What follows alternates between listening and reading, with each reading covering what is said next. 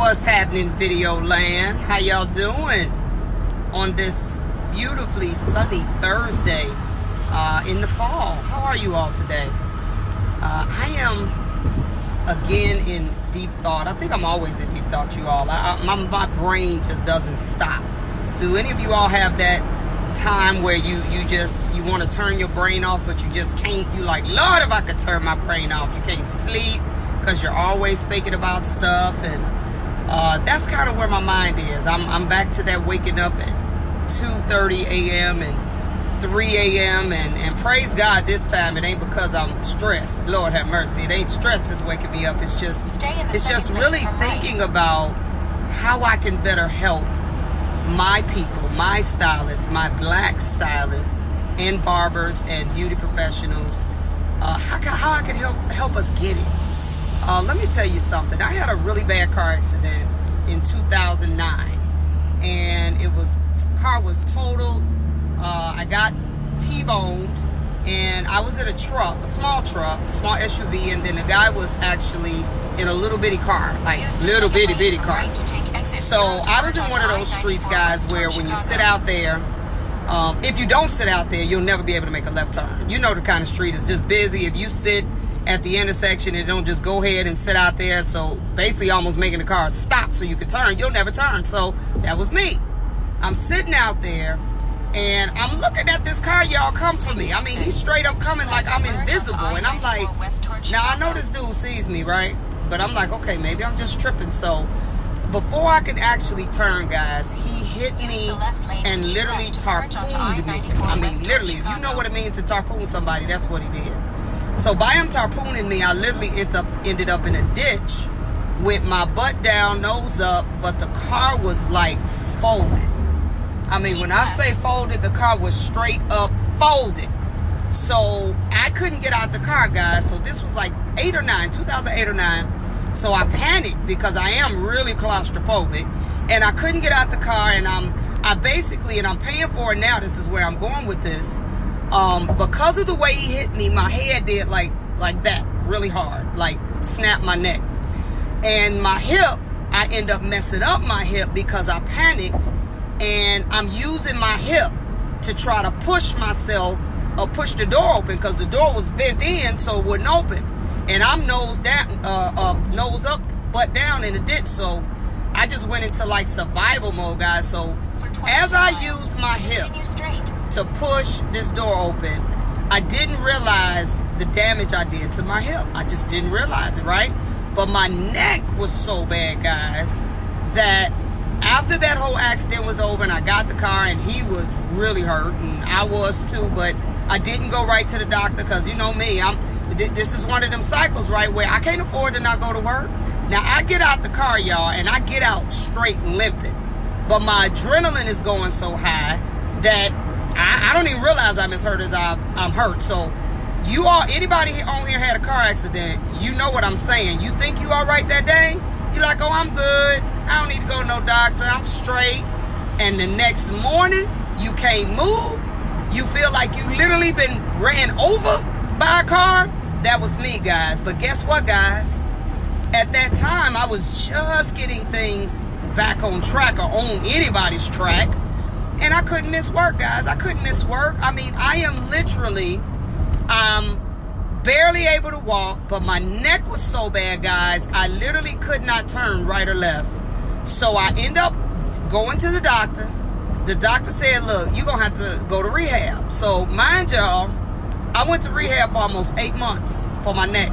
Literally, I could not turn right or left at all without the most excruciating pain you could ever imagine. I also could not lay down flat. If I laid down flat, this actually had to be before this may have been like 2007. Actually, if I laid down flat, guys, my neck would be on fire to the point where I'd be almost in tears. So I had to sleep in an upright position for 6 months. But now dig this. When I got divorced from my first husband, I had to surrender in order to get out of that situation. All the retirement that I had stored up, so that's every IRA, that's every IRA, that's everything. Even back then, the disability that I had that paid me $5 grand a month, I I couldn't afford the payments, so I had to give up everything. So here I am now. I'm in real pain. Ain't even thought about the hip though, because the neck was worse than the hip. I remember I had to ride in the right lane so that I didn't have to try to like turn right and turn in front of anybody. I did this for months, slept sitting up. Still going to rehab. They did what they needed to do for my neck. Any of you ever been to rehab, you feel like they killing you in the beginning, but it does get better. So my neck got better. So, you know, after about 6 months, I was able to turn right or left. Praise God, I was able to actually lay down, but dig this. I'm still working, doing 17 hours a day at least, and still basically standing up, trying to do this, you know, refuse. What is up with these cars getting over on me today, guys? Refuse to actually wear any type of neck brace because it was too uncomfortable. So here I am, and I gotta work. I didn't have a choice because I had given up everything that had protected me to the point where my disability, things like that I really needed, I had to surrender it. Some of you all have never ever had it. So here I am in this position again, and however old I was at that time, and I'm just like, this cannot be. This cannot be the way I live this thing out, where I gotta, every time something happens, or I gotta almost be afraid that if something happens, that it's gonna put me in a position where I'm gonna basically almost be homeless. So I gotta do better, guys. I gotta do something different. This was my mindset. Now, mind you, let's fast track to the day, and I did. I actively, and I'm gonna get into some of the things that I did, but I actively worked on making those things better. So now let's fast track to today. I will be 50 years old Sunday, and now the hip that I never paid attention to, that I never ever got rehab for, that my neck was worse, I focused on the neck, left the hip alone. This hip now has gotten so bad, and it's because of that accident, that I really can't sleep on it. I really can't, like, I used to love car rides where, I love being in the car. I started these videos in the car. The car is my war room. That's my think tank. That's the place where I grow and think and cry if I need to, or whatever it is. But I cannot now sit in a car for any extended period of time. I can't do it because I didn't really focus on the hip. So now this is where it gets real for me, guys. If I had not had the unction or had the desire to switch gears around that time, 2007, 09, I'm talking about money in total shambles. I'm making it. I'm working like a dog. I have zero clue where it is. So I can't take off work. I can't afford an accident. So no matter what happened to me, I had to work. I'm going to take you back a little bit. In January of 1999, I had a hysterectomy at Northwestern Memorial Hospital, and I had it because I had 5 or 6 surgeries before that made me have to make that decision, which I was fine with. I wanted them to do it earlier. So I had cancer, cervical cancer. I had what's those things? Fibroids, which meant I had to have multiple myomectomies. I had endometriosis, which is scar tissue that evolves from constant surgeries. I had to go through all these things, guys, and I remember in that cycle, this was actually before that, because I had these cycles of doing well with money, then squandering it, then doing well again, then squandering it. And this was in the cycle where I was doing well, but then I had started squandering it.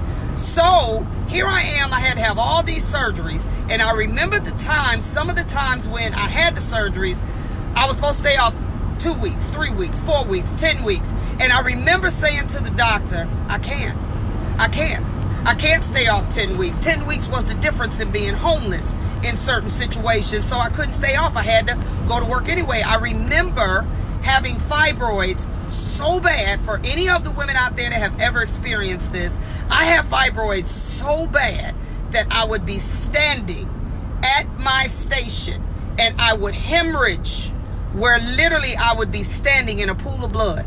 But guess what? I still couldn't go home.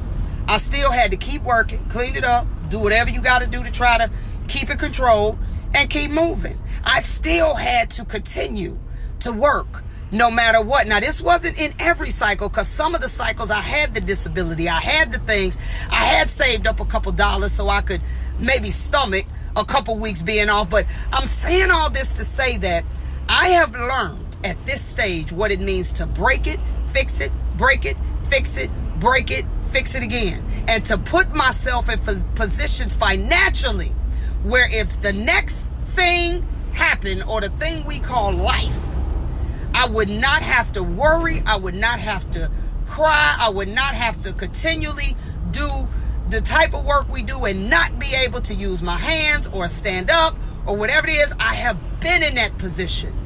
The last time I got in that position and I made the decision, no more, was when I said, that's when pride goes out the window. That's when I don't need that bag. I don't need those shoes. I don't need nothing. That's when I went from wanting having every luxury car to give me a regular car that got regular oil change prices and regular. That's when I got into a cycle where I had to say, as much as I didn't think it then, money does matter. I had to grasp that concept. I had to say, you know what? I can't keep living like this. And let me tell you what I did. I've told this story many times. I ended up going to a bad check writers class that was sanctioned by the courts, that they like, you gonna go or you gonna pay this almost $4,000 fine. And I said, and that class was the best thing that ever happened to me, because that class showed me a side of money.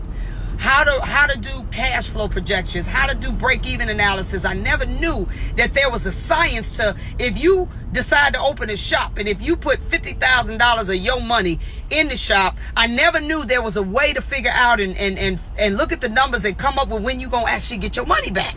I didn't know how to do that. I learned that then, and then obviously I've gotten way better at that now. But I started then looking at some of my fellow stylists, because I learned all that in that class, and I said, okay, I actually like this stuff. And I started loving understanding what was happening after I bought all these products. I love knowing that after I bought this, my profit margin after buying the products, and then after paying rent and paying lights and paying gas and all this other stuff, which is what we call in the financial world fixed and variable expenses, or you even may hear it called the cost of goods and services when it comes to the towels you got to buy, the neck strips, this, to that, the shampoo, the conditioner, stuff you cannot do your job without.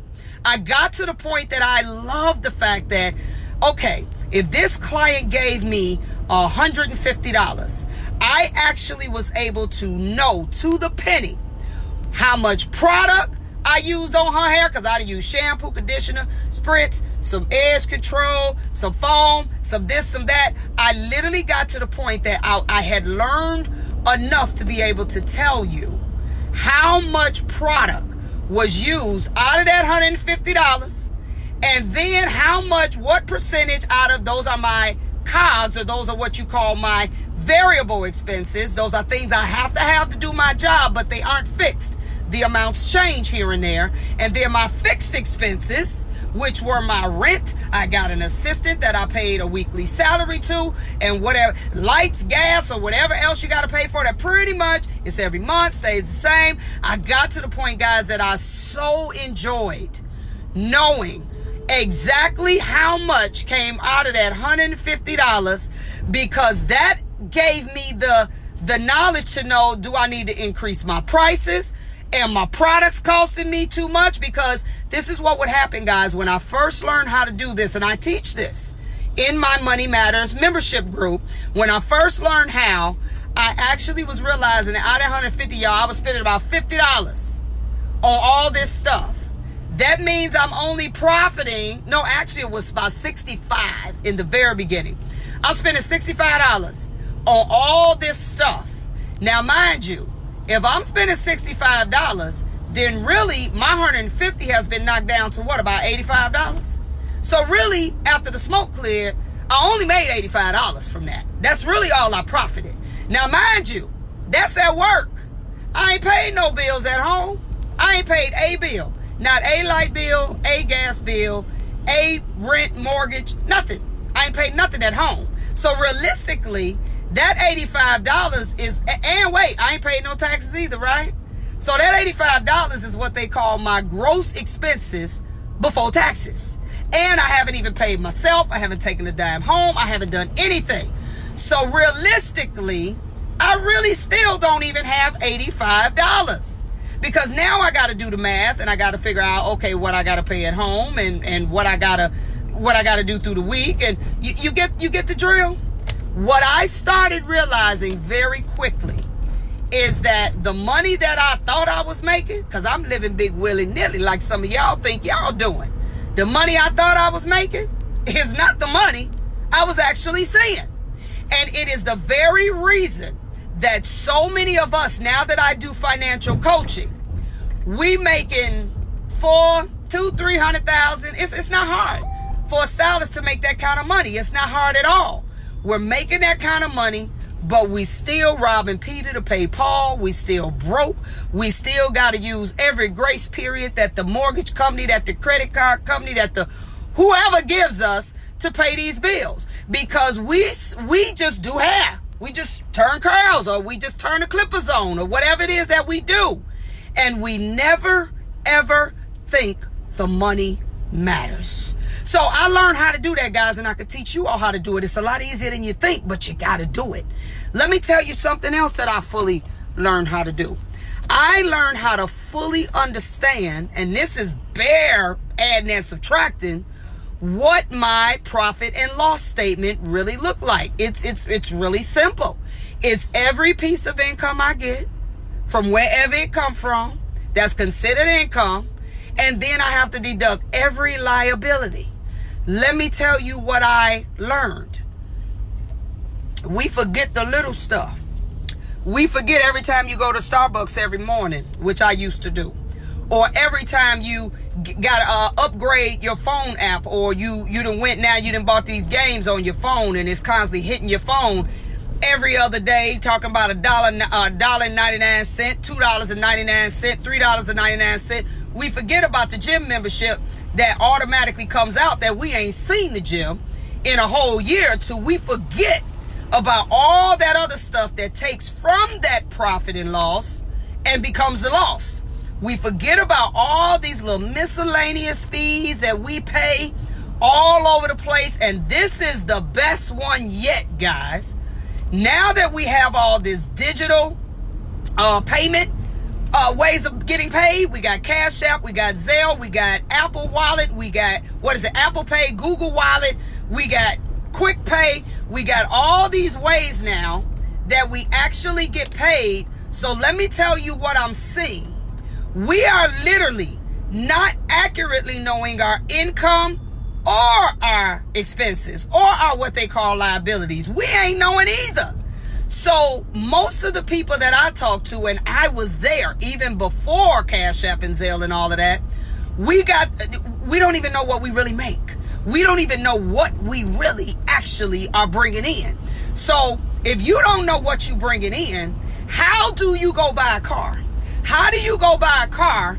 You don't even really know what the car note should be. You don't even really know what the gas needs to be. You have no idea what the expenses actually need to look like, because we don't even know accurately where our income is. We don't really know accurately where our liabilities, all of them lie, because they all take from the pot. So now what happens is we sit and we just like, God, I can't figure this out. I have no idea where all my money is going. That is what I hear all the time, because I was there. I knew I was making it.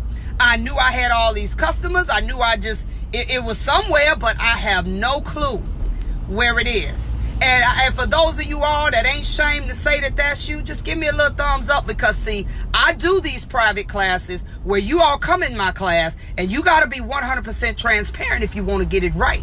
And in these classes, this is 99% of the time the reason that if we had to retire, and I don't even call it retirement, I call it the option phase. If you could not work anymore, when I say we would be depressed and in debt up to our ears, we would not know what to do because we don't even know where we are. We don't have things in place, different types of things that will protect us. If we break our finger, if we break our wrist, we don't have to be hospitalized, guys. We literally could just have a oops, you mess around, go skiing. Okay, you done broke something. Now you got to make a decision. Do I still go to that job and stand up with this cast up to my hip and work, or what are my options? We are not providing any options for our lives because we don't think the money matters. We as Tom Ferry says all the time, he says we'll figure that out later, and later will be there sooner than you know. So now my hip is I already know it's on borrowed time before I will not be able to stand up, and I don't work that many hours in the salon anyway, but I will not be able to stand up anymore at all.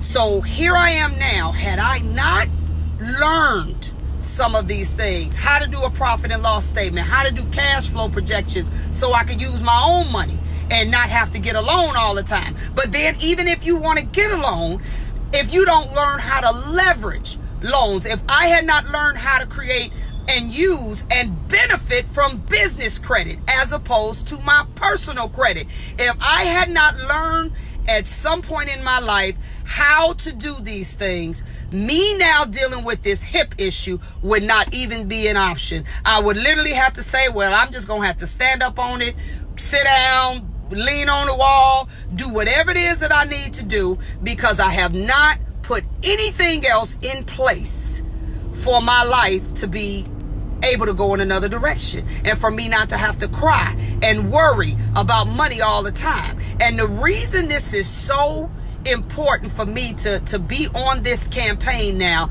is because we are making too much money, y'all, for us to literally end this life, and I ain't gonna even say end it, just get older and have nothing to show for it. We don't own nothing. We can't buy nothing.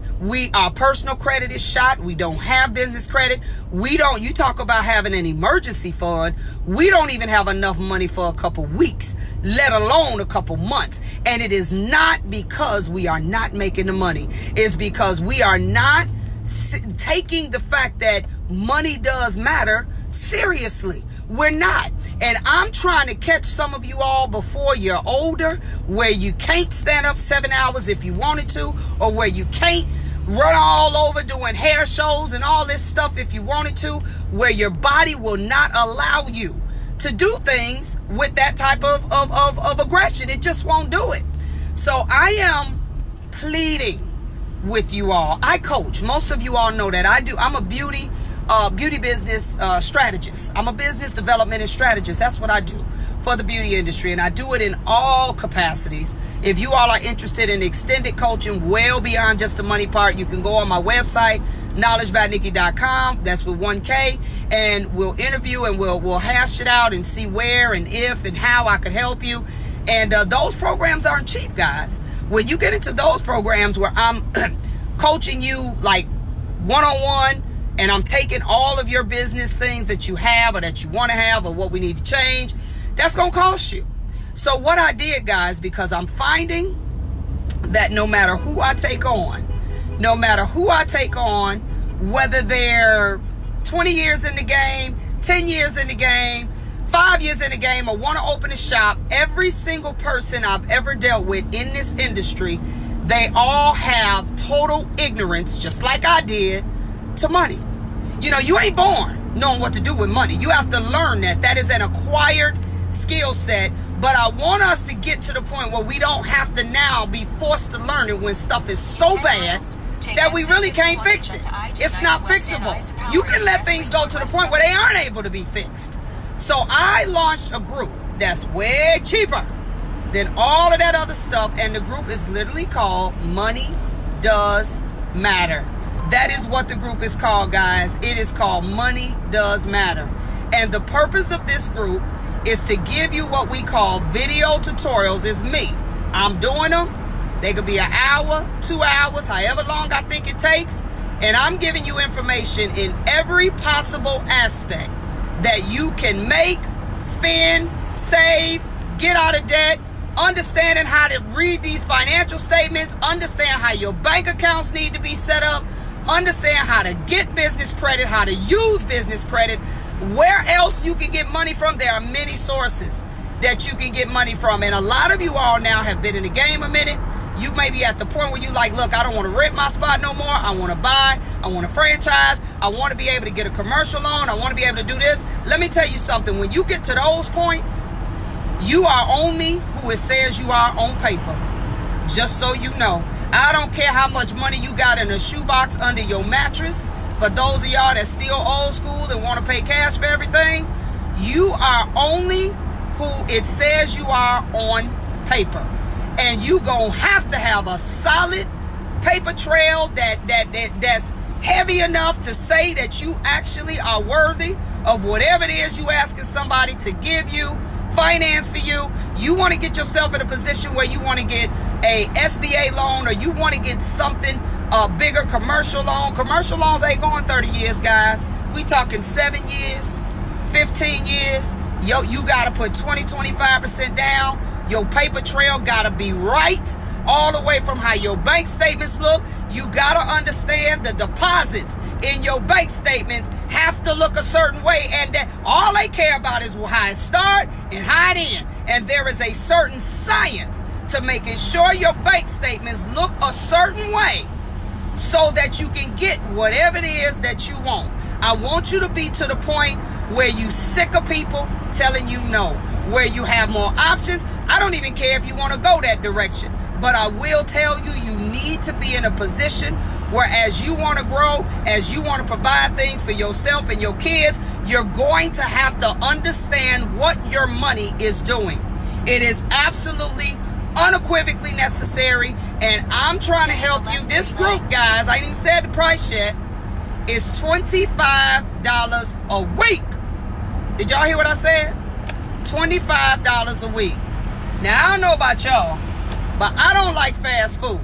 So I can tell you it ain't nothing for me to drop $25 in one meal.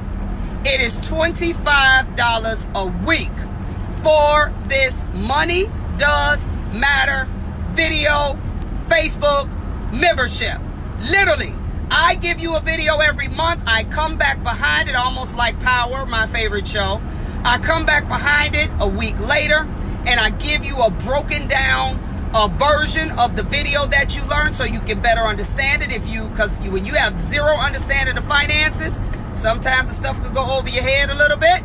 So I break it down even more. I also am constantly sending you videos of things that I have in my library that I run across that are other people teaching you about different principles of money.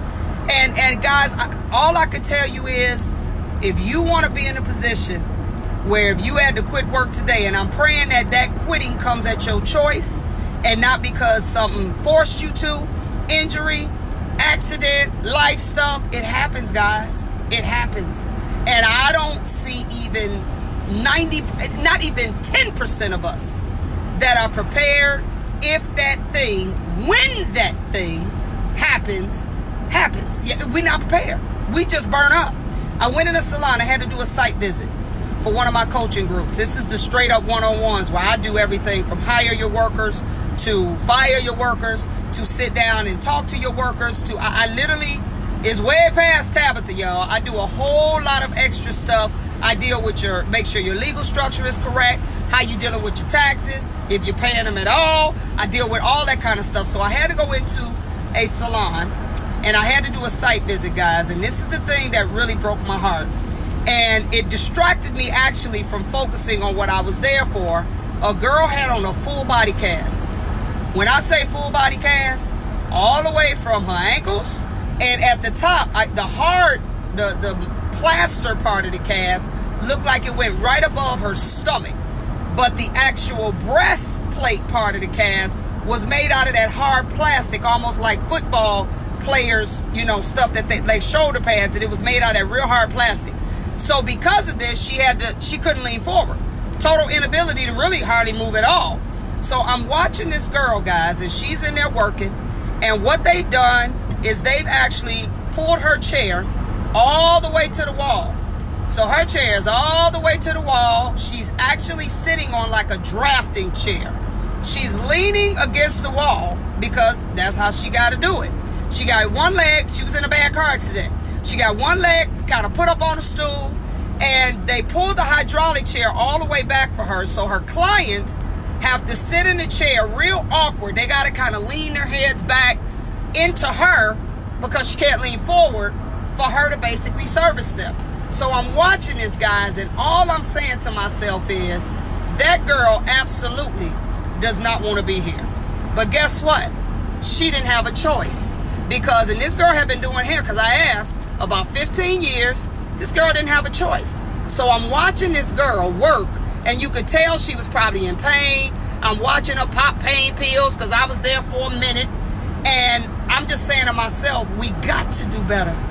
We got to do better. There are many things that she could have had in place, that she could have had situated where she would not have had to come to work at all. But obviously she didn't know that.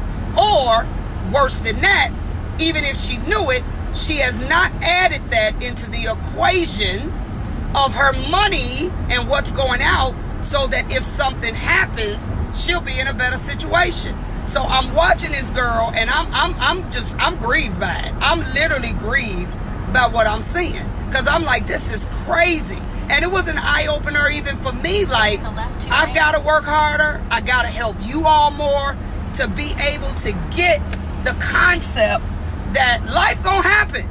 And you got to start preparing before it happens. And you got to start thinking. Our clients change, guys. They change. They have to leave. They stop coming. They get older. They retire. Don't need their hair done as much. They move. Things happen, guys. And I'm telling you, all I see is us tricking off money. Stylists, hairstylists, barbers, estheticians, nail techs, and the black ones I'm really talking about.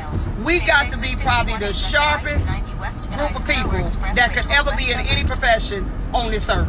We look good, we smell good, we together, we spending all this money on our outer appearance. And don't get me wrong, y'all, I am perfectly fine. We are in the beauty industry, so I am perfectly fine with us making the strides to make sure that we look like what we do.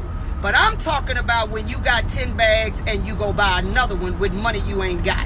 I'm talking about when your apartment is I didn't say house. When your apartment is $1,800, $2,500 or $1,825, and you go buy some shoes that are the equivalent of your rent. I don't understand that, guys. And at a point, you gonna have to not only want to see money on your back, but you gonna have to want to see money in the bank. That is just real talk. You gonna have to get to the point where you want to see money in the bank as much as you want to see money on your back. And this is the rule of thumb. If you ever take any of my private sessions where I sit 10 to 20 people down, you got to bring stuff in, your bank statements, your POS statements. I don't care who you process with, Square, Cash, I don't care. Bring me the statement in if it's something outside of your bank, whatever. And you got to bring in liability stuff, all kind of stuff. If you ever sit down with me, the first thing I'm going to do is I'm going to scan the room, and I'm going to look at everything everybody got on. And I'm going to say, okay, I ain't got no problem with looking good. If you could afford it, do you. But I'm going to ask you, the purse you got, the shoes you got, the jewelry you wearing, all this stuff that make us look good, I'm going to ask you how much or what percentage of that do you have in the bank? That purse costs you $600, $700, but you don't even have $200 in the bank. That's a problem. And now, unless you told me it was a gift and somebody gave it to you, it's a problem, guys. And all I'm saying is we have got to shift some of our energy into putting our money into things that will help us in the future. And depending on what happens in life, I mean your near future, nearer than some of us think, we have got to start doing more with our money than just spending it on what I call depreciable goods. I'm talking electronics. Look, I got the iPad, I got all that. But guess what? I analyze every time you get ready to buy something. This is what I want y'all to do and I would love for y'all to join my $20, a funky $20 a week group. I got the link right at the title if you all want to join.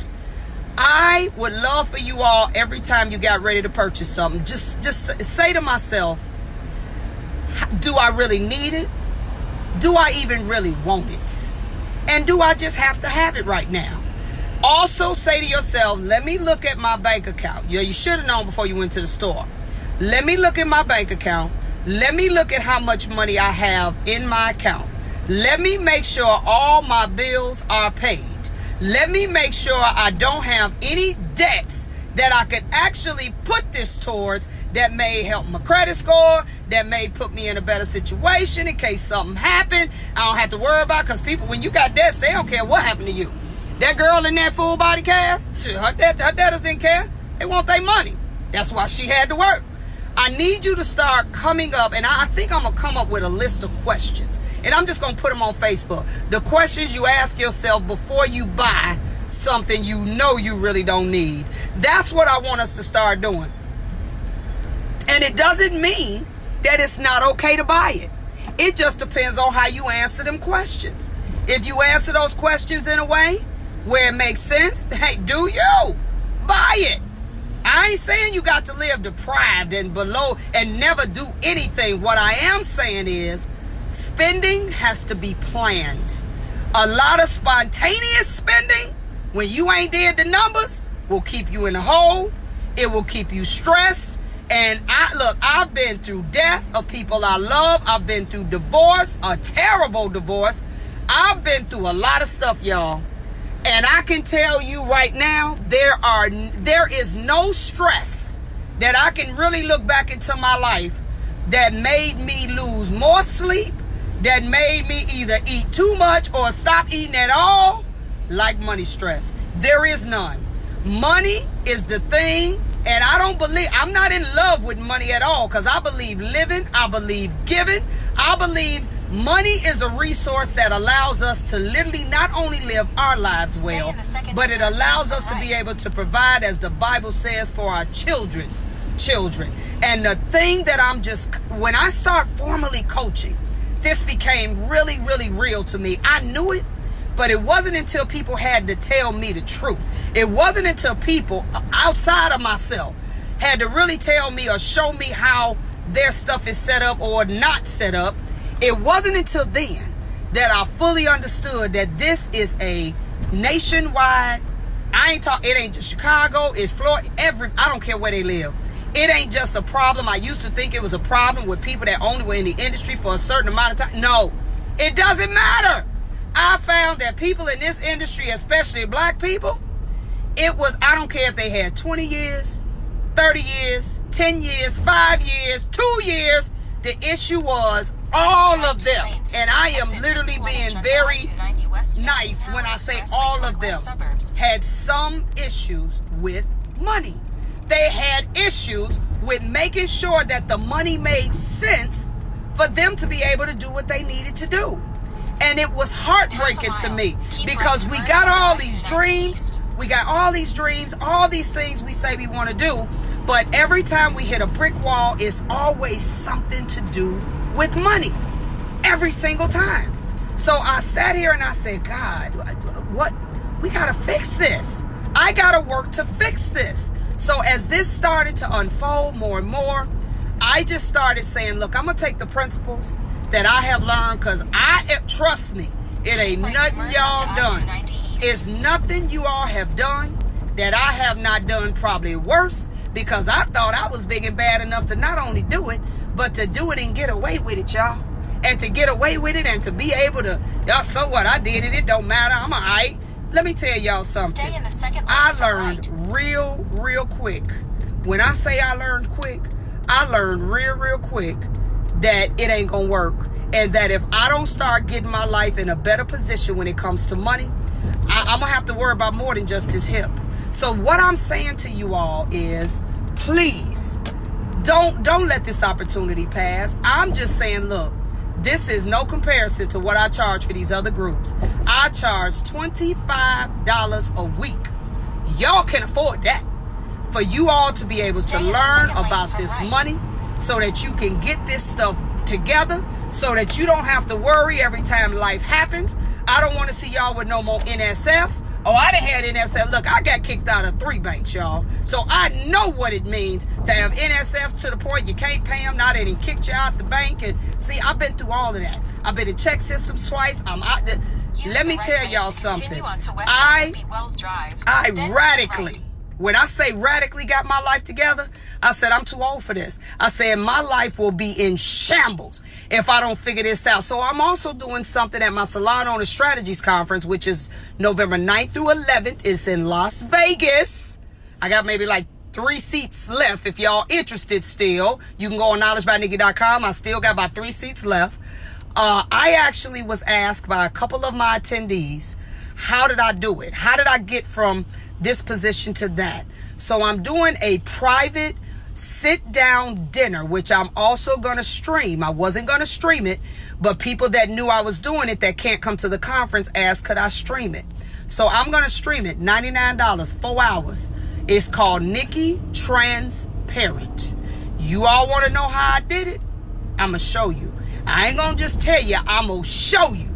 I'm going to show you everything that I did and how raggedy my stuff was. And I'm going to show you exactly what I did to get out of that situation. I'm going to walk you through the steps. And I don't care about telling y'all what I did, because I realized God gave me that gift to be able and willing to be transparent. But I'm going to show you how I broke it and fixed it and broke it and fixed it again and broke it and fixed it again. And I'm going to show you how to never break it again in your life, how to keep it right. I don't care how much money you make it. I'm going to show you how, no matter how much money you make, you can get yourself in a financial position where you won't have to worry about that stuff no more. So if you all are interested in that, I believe it's on my website also. It's called Nikki Transparent, Knowledge by Nikki with 1K.com. It's $99 if you want to sit at the crib and watch it. If you come into the conference, I actually have it. If anybody's in Vegas, I have it where you don't even have to do the whole conference. You can come for that. You can literally come, sign up for that. It's Saturday evening. It's November 9th. It's in the evening from 8 to 11. And if you want to just say, look, I just want to hear what you did, and I'm going to give you the sources. I'm going to tell you what happened to me when people sat me down and they were like, look, we're going to help you. When I say, y'all, I got as what Dave Ramsey says, I got gazelle focused. Did nothing else matter to me but literally saying I will not be in this situation ever again. It's just not going to happen. I'm not staying like this. I said I know God created me for more than paying bills and being in debt, and I am not doing this anymore. So guys, I'm turning into my parking garage. I'm actually going to get my passport because I'm going to Hong Kong. I'm going to come back and talk to y'all after I leave up out of here. I got to get my passport, y'all, and my visa. So y'all, log on to Money Does Matter, and I'll see you soon.